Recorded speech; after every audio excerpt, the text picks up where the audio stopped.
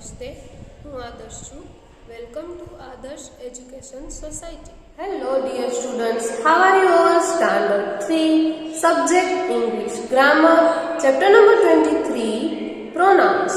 आज हम pronouns के बारे में जानेंगे. We use pronouns to take the place of noun. हम pronouns का यूज कब करेंगे? नाउन की जगह पे. तो यहाँ एक एग्जाम्पल है, this is a dog, it has a tail. तो यहाँ पे डॉग की जगह पे जो दूसरा सेंटेंस है वहां पे हम ऐसे भी लिख सकते हैं a dog has a tail, लेकिन यहाँ नाउन की जगह पे ईट का यूज किया गया है, यानी ईट एक प्रोनाउंस है. The subject of a sentence is a person or thing that performs the action of the verb.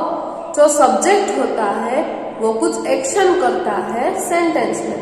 तो there are two parts in the pronouns, subject pronouns and object pronouns. Subject pronouns are used to replace the subject, the person or the thing. Subject pronouns में subject का replace होता है pronouns में. तो here example is given. What is Maria doing? Maria एक girl है.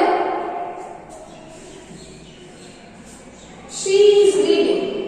तो मारिया की जगह पे यहाँ पे she का यूज किया गया है. तो मारिया एक सब्जेक्ट है, उसकी जगह पे she प्रोनाउंस का यूज किया गया है. What are the boys doing? यहाँ पे the boys प्लूरल सब्जेक्ट है. They were washing the car. तो boys की जगह पे they. तो they एक सब्जेक्ट प्रोनाउन हुआ. तो हमें टेक्स्ट बुक पे दिया गया है I, you, he, she, it, we, they और you. ये सारे सब्जेक्ट प्रोनाउंस हुए. तो ये दो एग्जाम्पल हम सब्जेक्ट प्रोनाउंस के देखे. Number 2, object pronouns. Object pronouns are used to replace the object of the sentence. जो सेंटेंस में ऑब्जेक्ट होते हैं, एक्स्ट्रा वर्ड्स होते हैं, उसकी जगह पे ऑब्जेक्ट प्रोनाउंस का यूज होता है. तो चलो हम एग्जाम्पल देखते हैं. Where are my grandparents? Can you see them? Grandparents last में है और धेम. तो यहाँ पे ग्रैंड पेरेंट्स का धेम आया, तो धेम ऑब्जेक्ट प्रोनाउंस हुआ. This cake is not for you. This cake isn't for you. ये केक आपके लिए नहीं है. तो यहाँ पे you and it is for him. तो हिम ही एक ऑब्जेक्ट प्रोनाउंस है. तो चलो हम ऑब्जेक्ट प्रोनाउंस कौन कौन से हैं ये देखते हैं. Me, you, him, her, it, us and them. ये सारे ऑब्जेक्ट प्रोनाउंस हुए. तो आप सोच रहे होंगे कि सब्जेक्ट प्रोनाउंस कहाँ पे यूज करना है और ऑब्जेक्ट प्रोनाउंस कहाँ पे यूज करना है. तो बेसिकली सब्जेक्ट प्रोनाउंस सेंटेंस के स्टार्टिंग में या बिगिनिंग में होगा और ऑब्जेक्ट प्रोनाउंस या तो सेंटेंस के एंडिंग में और या तो सेंटेंस के बीच में यानी सेंटर में होगा. तो चलो हम एग्जाम्पल देखते हैं.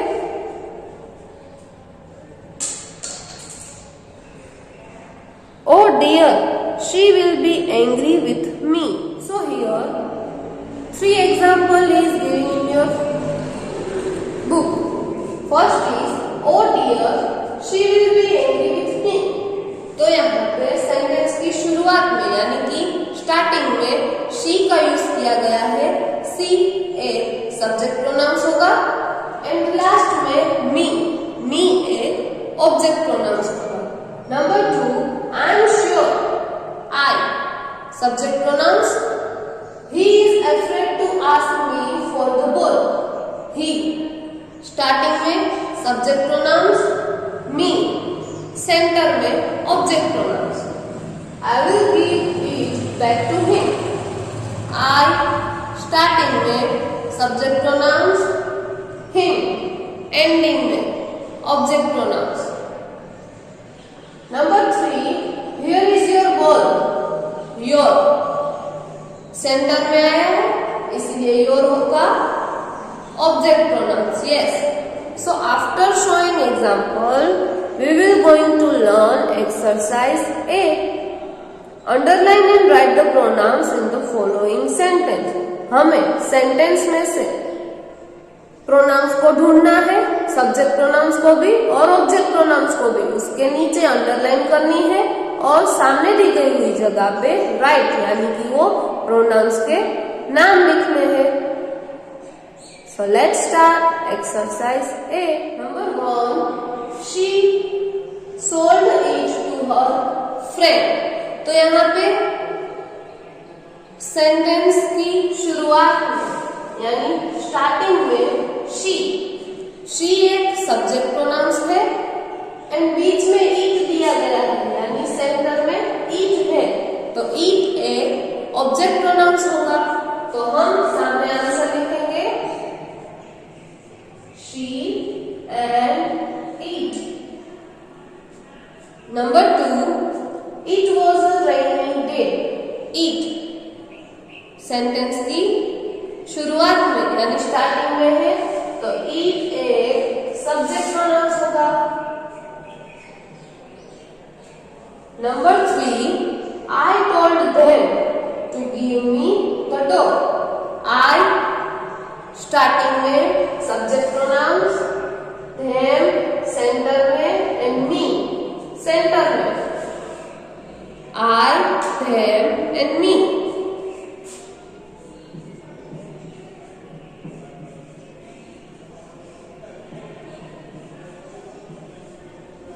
Number 4, we visited them in Singapore. We sentence की शुरुआत में and them सेंटर में, तो यहाँ पे we and them। Number 5, she told him a secret. She starting में आएगा तो she एक सब्जेक्ट प्रोनाउन होगा and him सेंटर में, हिम एक ऑब्जेक्ट प्रोनाउंस होगा। तो यहाँ पे हम शी एंड हिम लिखेंगे।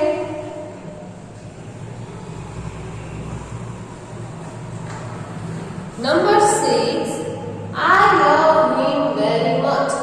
आई सेंटेंस की शुरुआत में है इसलिए आई एक सब्जेक्ट प्रोनाउन होगा एंड हिम सेंटर में है इसीलिए हिम एक ऑब्जेक्ट प्रोनाउंस होगा।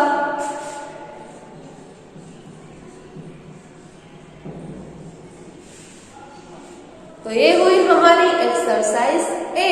तो यहाँ पे आप देख सकते हो she, it, I, we, she और आई ये सारे हुए subject pronoun. It, them, me, them, him, him ये सारे हुए object pronoun. So here we had completed exercise A. So we are going to learn exercise B. Complete the sentences using the pronouns given in the box below. नीचे जो box दिया गया है उसमें से कुछ प्रोनाउंस चूज करके हमें ये सेंटेंस को कंप्लीट करना है। तो लेट्स स्टार्ट एक्सरसाइज बी। तो यहाँ पे हम सब्जेक्ट प्रोनाउंस और ऑब्जेक्ट प्रोनाउंस के बारे में डीपली रिवाइज करेंगे। सब्जेक्ट प्रोनाउंस आई की जगह पे यूज होता है या आई के साथ यूज होता है मी, यू के साथ यूज होता है यू। सब्जेक्ट प्रोनाउंस वी के साथ यूज होता है हिम, शी के साथ हर, इट के साथ it. Plural subject pronoun we के साथ यूज होता है अस एंड दे के साथ यूज होता है देम। तो हमें एक्सरसाइज बी में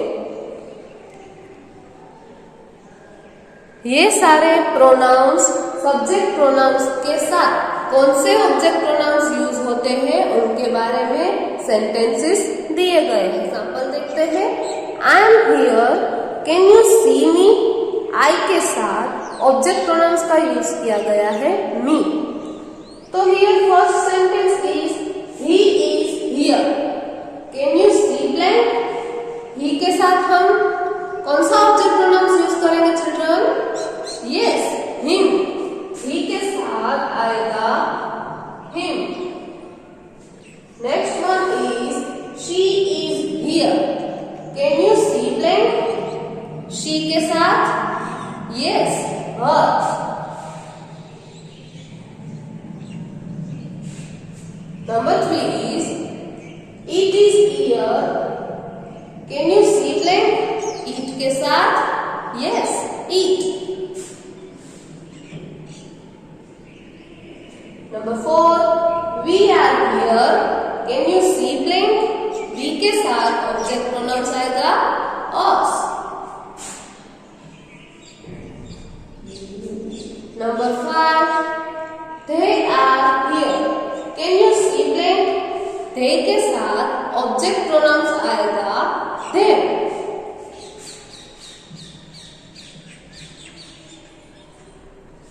So here our exercise B had completed. Thank you for joining us.